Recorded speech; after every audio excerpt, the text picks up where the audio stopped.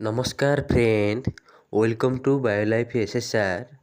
I am Soumyaranjan Routray. Today ବହୁତ ଗୁରୁତ୍ୱପୂର୍ଣ୍ଣ important topic discussion କରିବା ପାଇଁ ଯାଉଅଛେ। କ'ଣ ସେ ଟପିକ୍ ଆସନ୍ତୁ ଦେଖିବା। Whittaker's 5 kingdom classification 1969, biological classification 5 kingdom classification. ଏ ବିଷୟରେ ଆଜି ଡିଟେଲ୍ସ ପଢ଼ିବା। ଏଇ ତିନୋଟି କ୍ଲାସିଫିକେସନ୍ କ'ଣ କ'ଣ, ତାଙ୍କ ମଧ୍ୟରେ ଭିନ୍ନତା କ'ଣ ନା ସମାନ ତିନିଟା ଏକ, ତା ବିଷୟରେ ଡିଟେଲ୍ସ ଦେଖିବା। ଏବଂ ଏଇ କ୍ଲାସିଫିକେସନ୍ ବା ଶ୍ରେଣୀବିଭାଗୀକରଣ ସାଧାରଣତଃ ଜୀବମାନଙ୍କ ଉପରେ କରାଯାଇଅଛି। ଜୀବମାନଙ୍କ ମଧ୍ୟରେ ସମ୍ପର୍କ କ'ଣ, ତାଙ୍କ ମଧ୍ୟରେ କ'ଣ କ'ଣ ସମ୍ବନ୍ଧ ଦୃଷ୍ଟିରୁ ବିଭାଗୀକରଣ କରାଯାଇଛି, ଚାଲନ୍ତୁ ଭଲ ଭାବରେ ଦେଖିବା।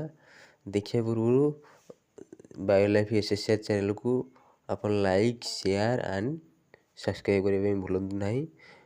ବହୁତରୁ ବହୁତ ସବସ୍କ୍ରାଇବ୍ କରନ୍ତୁ ଏବଂ ଏହାଦ୍ୱାରା ନୂତନ ନୂତନ ତଥ୍ୟ ସବୁ ଆପଣ ପାଇପାରିବେ।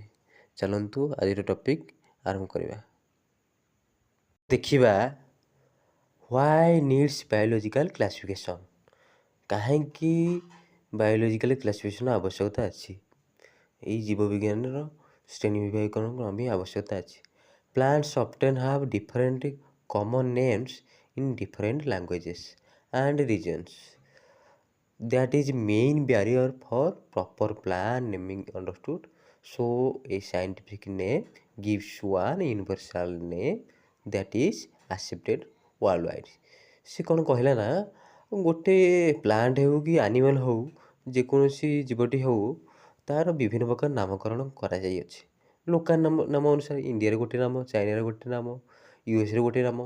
ଯଦି ଏମିତି ଅଲଗା ଅଲଗା ନାମ ଥିବ ତାହେଲେ ବୁଝିବା ପାଇଁ ବହୁତ କଷ୍ଟ ହେବ। ସେଥିପାଇଁ ବୈଜ୍ଞାନିକମାନେ ନୂତନ ନାମ, ସାଇଣ୍ଟିଫିକ୍ ନେମ୍ ଗୋଟେ ବାହାର କଲେ। ସେଇଠି ଦେଖନ୍ତୁ ଗୋଟେ ଏକ୍ଜାମ୍ପଲ୍, ଲୋକାଲ୍ ନେମ୍ସ ହେଉଛି ଧାନର ଓଡ଼ିଶା ଷ୍ଟେଟ୍ରେ ଧାନ, ତାମିଲନାଡ଼ୁ ଷ୍ଟେଟ୍ରେ ନେଲ୍, କେରଳ ଷ୍ଟେଟ୍ରେ ନେଲୁ, ଦିଲ୍ଲୀରେ ଚାୱଲ ବା ପ୍ୟାଡ଼ି କୁହାଯାଏ।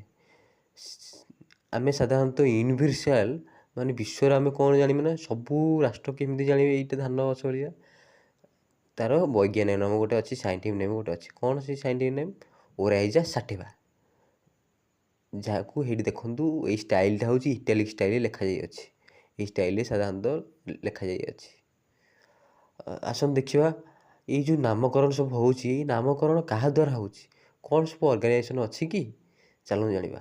International organisation approved scientific name, International Code of Botanical Nomenclature ICBN name was changed into International Code of Nomenclature for Algae, Fungi and Plantae।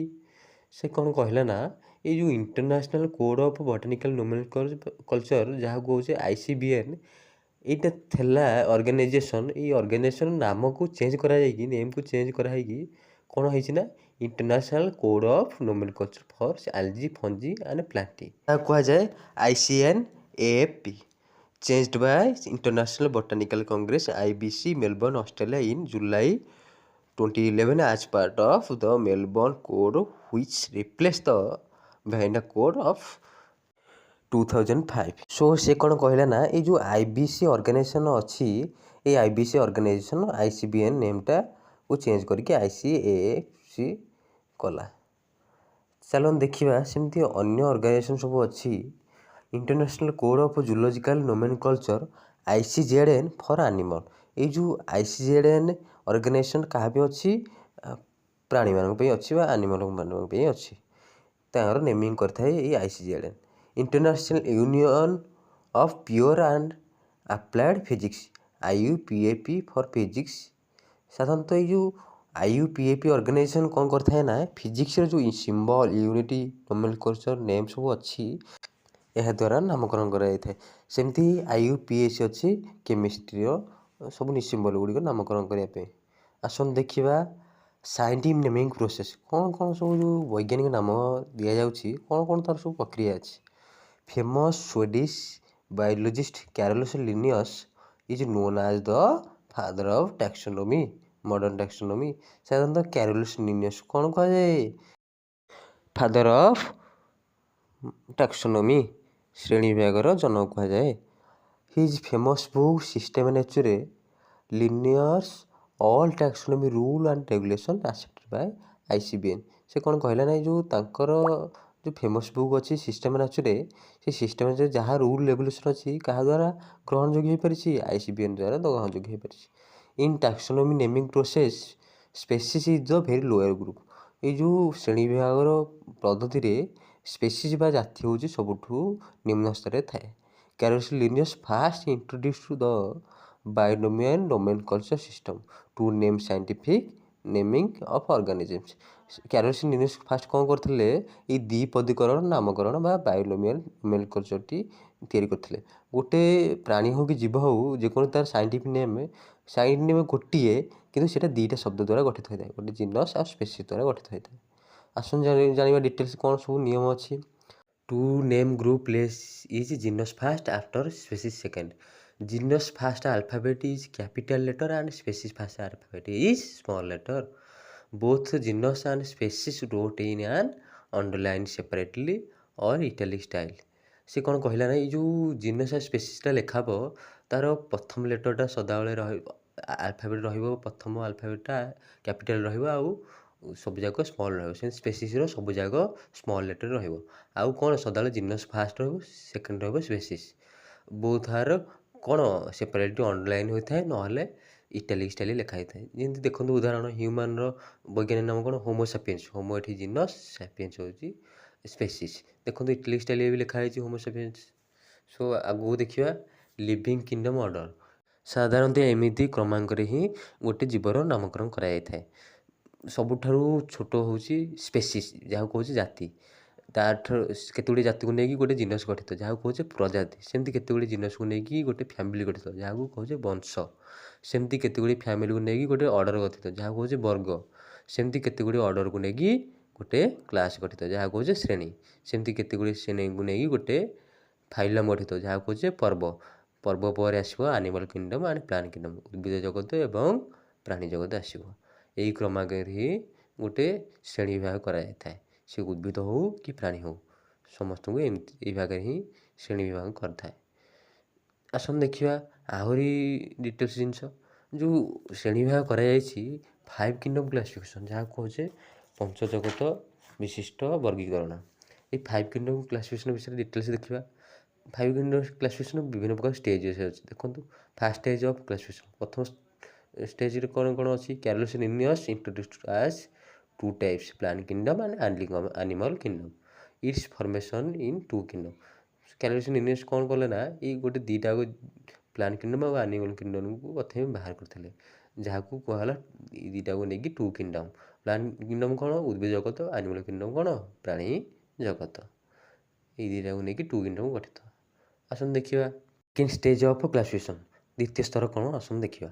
German zoologist E.H. Haeckel first introduce only a group of unicellular organisms called as Protista in 1844. Now total stage is 3 kingdom. ସେ କ'ଣ କଲେ ନା E.H. ହେକେଲ୍ ଗୋଟେ ୟୁନିସେଲୁଲାରକୁ ନେଇକି ମାନେ ସୁନିଷ୍ଟିମାନଙ୍କୁ ନେଇକି ଯେଉଁଟା ଗୋଟିଏ ସେଲ୍ ଦ୍ୱାରା ଗଠିତ ହୋଇଥାଏ। ୟୁନିସେଲୁଲାର ହେଇଥିବ ତା ସହିତ ସେମାନେ ସୁନିଷ୍ଟ ହେଇଥିବେ, ୟୁକାରିଓଟ୍ ହେଇଥିବେ। ସେମାନଙ୍କୁ କ'ଣ କୁହାଗଲା? ପ୍ରୋଟିଷ୍ଟାରେ ଅନ୍ତର୍ଭୁକ୍ତ କରାହେଲା। ତାହେଲେ ଆଗରୁ ପ୍ଲାଣ୍ଟ କିଙ୍ଗଡ଼ମ୍ ଆନିମାଲ୍ କିଙ୍ଗଡ଼ମ୍ ପଢ଼ିଥିଲେ, ଆଉ ଗୋଟେ ହେଲା ଆଡ଼ ହେଲା ପ୍ରୋଟିଷ୍ଟା ଯେଉଁଟାକୁ କହୁଛେ ମିଶିକି ତିନିଟାକୁ କହୁଛେ 3 କିଙ୍ଗଡ଼ମ୍ କ୍ଲାସିଫିକେସନ୍ ବା 3 ଜଗତ ବିଶିଷ୍ଟ ଶ୍ରେଣୀ ବିଭାଗୀକରଣ କହୁଛେ। ଏଇସବୁ ହେଉଛି E.H. ହେକେଲ୍ଙ୍କ ଦ୍ୱାରା ବାହାର କରାଯାଇଛି।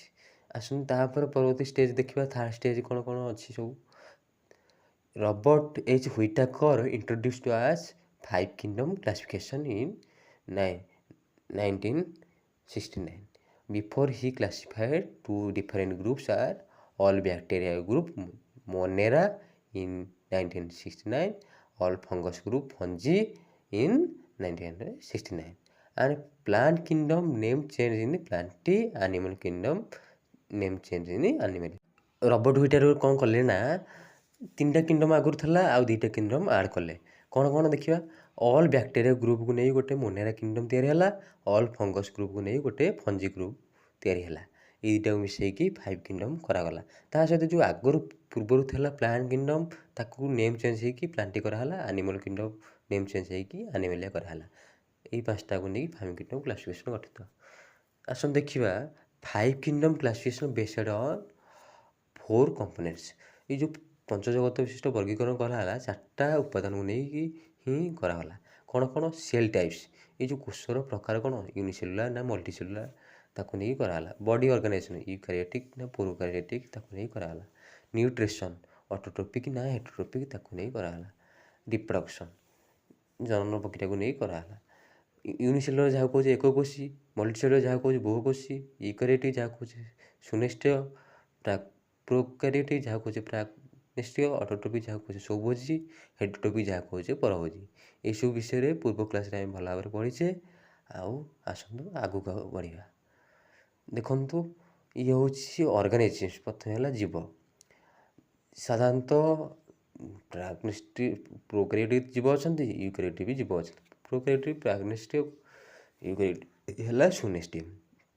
ପ୍ରୋକାରିଓଟିକ୍ରେ ଯେଉଁମାନେ ଏକକୋଷୀ କେବଳ ୟୁନିସେଲୁଲାର ସେମାନଙ୍କୁ ନେଇକି ମୋନେରା ଗଠିତ।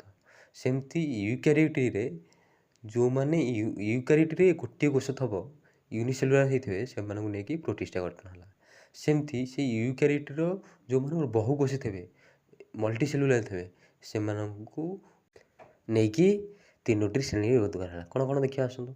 ଯେଉଁମାନଙ୍କର ସେଲୁଲାର ଥିବ ପ୍ରେଜେଣ୍ଟ ଥିବ ଏବଂ ସେମାନେ ଫଟୋସିନ୍ଥେସିସ୍ ଯେଉଁମାନେ କରିପାରୁନଥିବେ ସେମାନଙ୍କୁ ଫଞ୍ଜି ଗ୍ରୁପ୍ କୁହାହେଲା। ଯେଉଁମାନଙ୍କୁ ସେଲୁଲାର ଥିବ ଫଟୋସିନ୍ଥେସିସ୍ କରିପାରୁଥିବେ ସେମାନଙ୍କୁ ପ୍ଲାଣ୍ଟି କୁହାହେଲା। ସେମିତି ଯେଉଁମାନଙ୍କୁ ସେଲୁଲାର ବିଲକୁଲ ବି ନଥିବ ଆବସେଣ୍ଟ ଥିବ ସେମାନଙ୍କ ଗ୍ରୁପକୁ ଆନିମାଲିଆ କୁହାହେଲା। ଇଏ ହେଉଛି ପଞ୍ଚଜଗତ ବିଶିଷ୍ଟ 5ଟାକ ଜିନିଷ। ଚାଲନ୍ତୁ ଦେଖିବା ସର୍ବପ୍ରଥମେ ମୋନେରା। ମୋନେରା କ'ଣ? Does not present in proper nucleus and cell organelle, unicellular and prokaryotic, no true nucleus. Some monomer structure different than other due to present in cell wall, both autotrophic and heterotrophic. Examples are bacteria, microplankton. ସେ କ'ଣ କହିଲା ନା ମୋନେରାର ନ୍ୟୁକ୍ଲିୟସ୍ଟା ସାଧାରଣତଃ ଭଲ ଭାବରେ ଦେଖାଯାଏ ନାହିଁ। ଆଉ ସେଲ୍ ଅର୍ଗାନେଲ୍ ଯାହାକୁ କ'ଣ କହୁଛେ କୋଷଭଙ୍ଗିକା ସେଇଟା ବି ମଧ୍ୟ ଭଲ ଭାବରେ ଦେଖାଯାଏ ନାହିଁ। ସାଧାରଣତଃ ଇଏ ହେଉଛି ଏକକୋଷୀ ୟୁନିସେଲୁଲାର ଆଉ ପ୍ରାକ୍ନେଷ୍ଟୀୟ କୋଷ ଯାହାକୁ ପ୍ରୋକାରିଓଟିକ୍ କୁହାଯାଏ।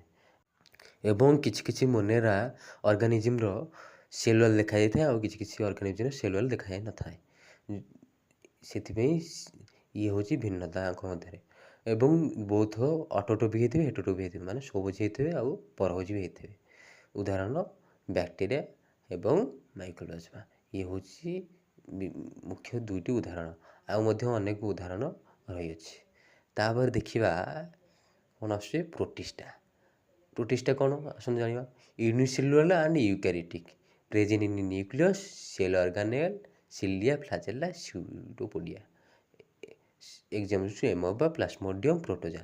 ସେ ପ୍ରୋଟିଷ୍ଟାରେ କ'ଣ କହିଲା, କ'ଣ କ'ଣ ତା'ର କ୍ୟାରେକ୍ଟର, ସେ ହେଇଥିବ ଏକକୋଷୀ ୟୁନିସେଲୁଲାର ଆଉ ୟୁକାରିଓଟିକ୍ ସୁନେଷ୍ଟ କୋଷ ଦ୍ୱାରା ଗଠିତ ହୋଇଥିବ ଏବଂ ତା'ର ପ୍ରପର୍ ନ୍ୟୁକ୍ଲିୟସ୍, ସେଲ୍ ଅର୍ଗାନେଲ୍, କୋଷ ସଂଖ୍ୟା ସବୁ ଆଉ ନେକ୍ସଟ ସବୁ ପ୍ରେଜେଣ୍ଟ ଥିବ। ତା'ର ଗୋଟେ ସ୍ୱତନ୍ତ୍ର କ୍ୟାରେକ୍ଟର ଦେଖାଯାଏ ସିଲିଆ ଓ ଫ୍ଲାଜେଲା। ଏଇ ଦୁଇଟାକ ମୁଭ୍ କରିବାରେ ସାହାଯ୍ୟ କରିଥାଏ। ଆଉ ସ୍ୟୁଡୋପୋଡ଼ିଆଟା ଫୁଡ୍ ମ୍ୟାଟେରିଆଲକୁ ଷ୍ଟୋରେଜ କରିବାରେ ସାହାଯ୍ୟ କରିଥାଏ। ଉଦାହରଣ କ'ଣ? ଏମୋବା, ପ୍ଲାସ୍ମୋଡ଼ିୟମ୍, ପ୍ରୋଟୋଜା। ଏହା ହେଉଛି ଆର ସବୁ ଉଦାହରଣ। ଚାଲନ୍ତୁ ଦେଖିବା ଫଞ୍ଜି କ'ଣ। ଫଞ୍ଜିର କ୍ୟାରେକ୍ଟର ସବୁ କ'ଣ?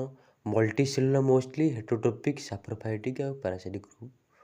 Mainly fungi and algae formation between a symbiotic relationship. Examples are mushroom, yeast, penicillium. ସେ କ'ଣ କହିଲା ନା ଇଏ ହେଉଛି ବହୁକୋଷୀୟ ସାଧାରଣତଃ ଆଉ ତା'ର ହେଟରୋଟ୍ରୋପିକ୍ ମାନେ ପରଭୋଜୀ ସାଧାରଣତଃ। ପରଭୋଜୀ ଭିତରେ କେଉଁ ଗ୍ରୁପ୍ ସିଏ ସାଧାରଣତଃ ସାପ୍ରୋଫାଇଟିକ୍ ଆଉ ପାରାସାଇଟିକ୍ ଗ୍ରୁପ୍ ଅନ୍ତର୍ଭୁକ୍ତ। ସେମିତି ଇଏ କ'ଣ ଆଙ୍କର ଗୋଟେ ସ୍ୱତନ୍ତ୍ର ଫଞ୍ଜି ଆଉ ଆଲଜି ଭିତରେ ଗୋଟେ ସିମ୍ବାୟୋଟିକ୍ ରିଲେସନସିପ୍ ଗୋଟେ କ୍ରିଏଟ୍ ହୁଏ, ମାନେ ସହଜୀବିତା ଗୋଟେ ସମ୍ପର୍କ ସୃଷ୍ଟି ହୁଏ। ଏହାର ଏକ୍ସାମ୍ପଲ୍ ହେଉଛି ମସରୁମ୍, ଇଷ୍ଟ, ପେଲସିୟମ୍। ଏ ସହଜୀବିତ ସମ୍ପର୍କ ବିଷୟରେ ମୁଁ ଆଗରୁ ପୂର୍ବରୁ କହିଛି। ମାନେ ଗୋଟେ ଜୀବ, 2ଟା ଜୀବ ଥିବେ, 2ଟା ଜୀବ ପରସ୍ପର ଖାଦ୍ୟ ଆଦାନ ପ୍ରଦାନ ଆଉ ସବୁ ଆଦାନ ପ୍ରଦାନ କରିକି ମିଶିକି ରହିବେ। ଇଏ ହେଉଛି ସହଜୀବିତା। ଚାଲନ୍ତୁ ଦେଖିବା ପ୍ଲାଣ୍ଟି ବର୍ତ୍ତମାନ। ପ୍ଲାଣ୍ଟି କ'ଣ? ସାଧାରଣତଃ ପ୍ଲାଣ୍ଟିର କ୍ୟାରେକ୍ଟର ସବୁ କ'ଣ କ'ଣ? ଇଏ ହେଉଛି multicellular, cell wall present, autotrophic. Many plant greenish part present in chlorophyll that helps in photosynthesis process. Example, all green plants. ସେ କ'ଣ କହିଲେ ନା ଏଇ ଯେଉଁ ପ୍ଲାଣ୍ଟଟି ହେଉଛି ସାଧାରଣତଃ ବହୁକୋଷୀୟ ବା ଯାହାକୁ କହୁଛେ ମଲ୍ଟି ସେଲୁଲାର, ଆଉ ତା'ର କୋଷ ଭିତ୍ତି ପ୍ରେଜେଣ୍ଟ ଥାଏ ବା ସେଲୁଲାର ପ୍ରେଜେଣ୍ଟ ଥାଏ, ଆଉ ଇଏ ଶୋଭଛି ନିଜ ଖାଦ୍ୟ ନିଜେ ପ୍ରସ୍ତୁତ କରିବାରେ, ଯାହାକୁ କହୁଛେ ଅଟୋଟ୍ରୋପିକ୍। ଆଉ ଇଏ ସାଧାରଣତଃ ଏଇ ଯେଉଁ ପ୍ଲାଣ୍ଟର ଗ୍ରୀନିଶ୍ ପାର୍ଟ ବା ଯେଉଁ ପ୍ଲାଣ୍ଟର ଯେଉଁ ସବୁଜ ପାର୍ଟ ସବୁ ଅଛି, ସବୁଜ ଅଂଶ ସବୁ ଅଛି ଗଛର, ସେଇ ସବୁଜ ଅଂଶରେ କ'ଣ ପ୍ରେଜେଣ୍ଟ ଥାଏ? କ୍ଲୋରୋଫିଲ୍, ଯାହାକୁ କହୁଛେ ଓଡ଼ିଆରେ ସବୁଜ କଣିକା। ସେଇ ସବୁଜ କଣିକା କ'ଣ ପାଇଁ ଥାଏ? ସାହାଯ୍ୟ କ'ଣ କରିଥାଏ? ଆଲୋକ ଶୋଷଣ ପ୍ରକ୍ରିୟାରେ ସାହାଯ୍ୟ କରିଥାଏ, ଯାହାକୁ ଫଟୋସିନ୍ଥେସିସ୍ ପ୍ରୋସେସ୍ କୁହାଯାଏ। ନିଜ ଖାଦ୍ୟ ନିଜେ ପ୍ରସ୍ତୁତ କରିପାରିଥାଏ। ୟା ଭିତରେ ସବୁଜ ଉଦ୍ଭିଦ ୟା ଭିତରେ ଅନ୍ତର୍ଭୁକ୍ତ। ଇଏ ହେଉଛି ଭେରି ଭେରି ଇମ୍ପୋର୍ଟାଣ୍ଟ ଗୋଟେ କିଙ୍ଗଡ଼ମ୍, ସବୁ ପ୍ଲାଣ୍ଟମାନଙ୍କୁ ନେଇକି ଗଠିତ। ଚାଲନ୍ତୁ ଦେଖିବା ଆଉ ଗୋଟେ କିଙ୍ଗଡ଼ମ୍, ଆନିମାଲିଆ। ଆନିମାଲିଆର ସବୁ ଗୁଣ କ'ଣ ଅଛି, କ୍ୟାରେକ୍ଟର କ'ଣ ଅଛି? Multicellular heterotrophic, cellular not present. Example, all animal, man, snakes, etc. So ସିଏ କ'ଣ କହିଲା ନା ଏଇ ଯେଉଁ ଆନିମାଲିଆରେ ସାଧାରଣତଃ ସିଏ ବହୁକୋଷୀ ହେଇଥିବ ଆଉ ହେଟେରୋଟ୍ରୋପିକ୍ ହେଇଥିବ, ମାନେ ଅନ୍ୟ ଉପରେ ଖାଦ୍ୟ ବି ନିର୍ଭର କରୁଥିବ, ନିଜେ ଖାଦ୍ୟ ନିଜେ ପ୍ରସ୍ତୁତ କରିପାରିବ ନାହିଁ, ଯାହାକୁ ପରଭୋଜୀ ଆମେ କହୁଛେ। ତା'ର ସେଲୁଲାର ନଟ୍ ପ୍ରେଜେଣ୍ଟ, ଏଇ ଯେଉଁ ସେଲ୍ଟା ଗଠିତ ହେଇଛି ତା'ର ଏଇ କୋଷ ଭିତ୍ତିଟା ବା ସେଲୁଲାର ନଥିବ। ଯେମିତି ଉଦାହରଣ ହେଉଛି ସବୁ ପ୍ରାଣୀ, ଯେମିତି man, snakes, rat, cat, lion, tiger, ଏସବୁ ଆନିମାଲିଆ ଶ୍ରେଣୀରେ ଯାଆନ୍ତି। ଏଇ ସମସ୍ତ ପ୍ରାଣୀ ତ ଆନିମାଲିଆ ଶ୍ରେଣୀରେ ଯିବେ ଆଉ। ଏହା ହେଉଛି very very important kingdom. So ଇଏ ହେଉଛି ସବୁଠାରୁ ଶେଷ କିଙ୍ଗଡ଼ମ୍, ଯାହାକୁ ଆନିମାଲିଆ କହୁଛେ। ଏଇ ପଞ୍ଚଜଗତୀୟକରଣ ଭିତରେ ସବୁଠୁ ଶେଷ ଆଉ ସବୁଠୁ ଇମ୍ପୋର୍ଟାଣ୍ଟ କିଙ୍ଗଡ଼ମ୍। ଆମେ ଆଜି ସମ୍ପୂର୍ଣ୍ଣ ଭାବରେ 5 କିଙ୍ଗଡ଼ମ୍ କ୍ଲାସିଫିକେସନ୍ ବିଷୟରେ ପଢ଼ିଲେ। ଆସନ୍ତୁ ଏଇଟାରେ ହିଁ ଆମେ ସମାପ୍ତ କରିବା। ଆଗକୁ ଏମିତି ଅନେକ ନୂତନ ଭିଡ଼ିଓ ଆଣିବା ପାଇଁ ଚେଷ୍ଟା କରିବା। ଯଦି ଆପଣଙ୍କୁ ଏଇ ଭିଡ଼ିଓଟି ବହୁତ ପସନ୍ଦ ଆସିଥିବ ତାହେଲେ ଲାଇକ୍, ସେୟାର ଆଣ୍ଡ ସବସ୍କ୍ରାଇବ୍ କରିବା ପାଇଁ ଭୁଲନ୍ତୁ ନାହିଁ। ଏବଂ ଆଗକୁ ଏମିତି ନୂତନ ଭିଡ଼ିଓକୁ ପାଇବା ପାଇଁ ହେଲେ ସବସ୍କ୍ରାଇବ୍ ବଟନ୍ଟିକୁ କ୍ଲିକ୍ କରନ୍ତୁ ଏବଂ ସବସ୍କ୍ରାଇବ୍ ଆଜିଠାରୁ ହିଁ କରିନିଅନ୍ତୁ ଏବଂ ପ୍ରଚୁର ପରିମାଣ ସେୟାର ହିଁ କରନ୍ତୁ, ଯାହାଦ୍ୱାରା ଏହି ତଥ୍ୟ ସମସ୍ତେ ପାଇପାରିବେ। ଏବଂ ଆଉ କିଛି ନୂତନ କଥା ସବୁ ରହିଲା, ଯେମିତି ସଦାବେଳେ କନଫ୍ୟୁଜ୍ କରିଥାଏ ଓଡ଼ିଆରେ, ଯେମିତି କିଛି ଟର୍ମ ସବୁ ଆଲଜିକୁ ଆମେ ଓଡ଼ିଆରେ କ'ଣ କହୁଛେ? ଶୈବାଳ। ସେମିତି ବ୍ୟାକ୍ଟେରିଆକୁ କ'ଣ ଓଡ଼ିଆରେ କହୁଛେ? ବୀଜାଣୁ। ସେମିତି ଭାଇରସକୁ ଆମେ ଓଡ଼ିଆରେ କ'ଣ କହୁଛେ? ଭୂତାଣୁ। ସେମିତି ଫଞ୍ଜିକୁ ଓଡ଼ିଆରେ ଆମେ କ'ଣ କହୁଛେ? କବକ। ଆଉ କ'ଣ ରହିଲା? ଯେମିତି ଆମେ ପ୍ରୋଟୋଜୋଆକୁ ଆମେ ଓଡ଼ିଆରେ କ'ଣ କହୁଛେ? ଆଦି ପ୍ରାଣୀ। ଏଇସବୁ ମୁଖ୍ୟ ଜିନିଷ, ଏସବୁ ଜାଣିବା ଦରକାର। କାହିଁକିନା ଓଡ଼ିଆ ଆଉ ଇଂଲିଶ ଏଇ ଦୁଇଟା ସଦାବେଳେ କନଫ୍ୟୁଜ୍। ଇଂଲିଶରେ ଗୋଟେ ନାଁ ଥିବ, ତାକୁ ଓଡ଼ିଆରେ ସିଏ ଆଉ ଗୋଟେ ନାଁ ଦେଇଥିବ, ଯାହାକୁ ଆମେ ନିଜେ କମ୍ପେୟାର କରିକି ଜାଣିବା ଦରକାର। ଇଏ ମୁଖ୍ୟ ସବୁ ଜିନିଷ।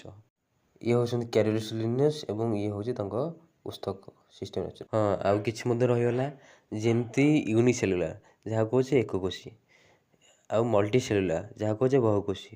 ଆଉ କ'ଣ ରହିଲା? ୟୁକାରିଓଟିକ୍, ଯାହାକୁ କହୁଛେ ସୁନିଷ୍ଠୀୟ। ପ୍ରୋକାରିଓଟିକ୍, ଯାହାକୁ କହୁଛେ ପ୍ରାଗ୍ନେଷ୍ଠୀୟ। ଆଉ କ'ଣ ରହିଲା? ଆଉ ହେଉଛି ସେଲ୍ ହେଉଛି ଯାହାକୁ କୋଷ କହୁଛେ। ସେଲ୍ ୱାଲ୍, ଯାହାକୁ କୋଷ ଭିତ୍ତି କହୁଛେ। ନ୍ୟୁକ୍ଲିୟସ୍, ଯାହାକୁ ନେଷ୍ଟି କହୁଛେ। ନ୍ୟୁକ୍ଲିଓଲସ୍, ଯାହାକୁ ନିଓନେଷ୍ଟି କହୁଛେ। ଏସବୁ ବହୁତ ଇମ୍ପୋର୍ଟାଣ୍ଟ ଜିନିଷ। ଆଉ କ'ଣ ରହିଲା? ଆଉ ଯେମିତି କ'ଣ ରହିଲା? ଆଉ ସାଇଟୋପ୍ଲାଜମ, ଯାହାକୁ କହୁଛେ କୋଷ ଜୀବକ। ଆଉ କ'ଣ? ଆଉ ଯେମିତି ପ୍ଲାଣ୍ଟି କହିଲେ ଆମେ ସବୁ ବୃକ୍ଷମାନଙ୍କୁ ବୁଝୁଛେ, ବୃକ୍ଷକୁ ନେଇକି ନାମକରଣ କରାହେଇଛି ପ୍ଲାଣ୍ଟି। ସେମିତି ଫଞ୍ଜି କହିଲେ ଆମେ କ'ଣ? ମୁଁ ପୂର୍ବରୁ କହିଲି ଫଞ୍ଜି ବିଷୟରେ ଆମେ ଜାଣିଛେ। ଫଞ୍ଜି କହିଲେ ଆମେ କ'ଣ? କବକକୁ ବୁଝୁଛେ। ସବୁବେଳେ ଆପଣମାନେ ମନେ ରଖନ୍ତୁ, ଯେହେତୁ ଆପଣମାନେ ଓଡ଼ିଆ ଷ୍ଟୁଡ଼େଣ୍ଟ, ଆଉ ଓଡ଼ିଆ ଟର୍ମ ସହିତ ଆକ୍ୱେଣ୍ଟେଡ଼୍ କରିକି ପଢ଼ିବା ପାଇଁ ପଡ଼ିବ। ଇଂଲିଶ ଟର୍ମ ଆଉ ଓଡ଼ିଆ ଟର୍ମକୁ କମ୍ପେୟାର କରିକି ପଢ଼ିବାକୁ ପଡ଼ିବ। ଯେମିତି ମୁଁ ସବୁ ଏହାର ଉଦାହରଣ ଦେଲି, ଏଇ ଉଦାହରଣକୁ ନେଇକି ଆପଣଙ୍କୁ ଜାଣିବା ପାଇଁ ପଡ଼ିବ। ଯଦି ଆପଣ ନ ଜାଣିପାରନ୍ତି ତାହେଲେ ବହୁତ କନଫ୍ୟୁଜନ୍ ହେବେ ଆଉ ବହୁତ ବି ଡାଉଟ୍ ସବୁ ରହିବ।